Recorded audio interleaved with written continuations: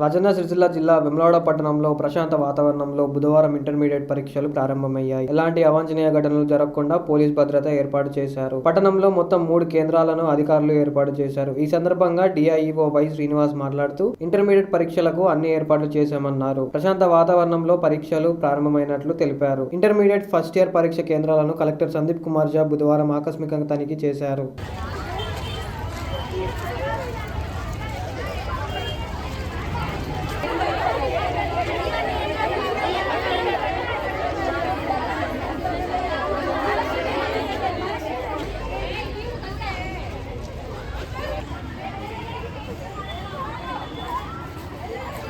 Check చేసిన తర్వాత direct ఎగ్జామ్కి వెళ్ళిపోవాలి.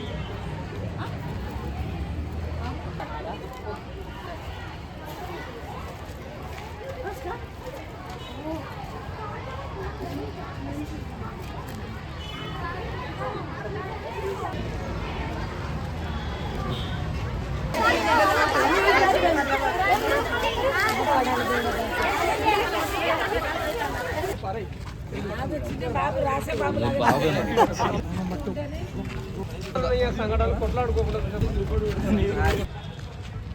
మా సార్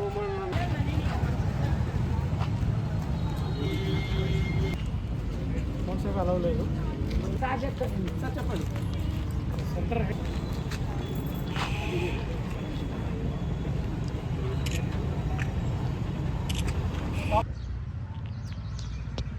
అయిపోతాయా లేదు కాదు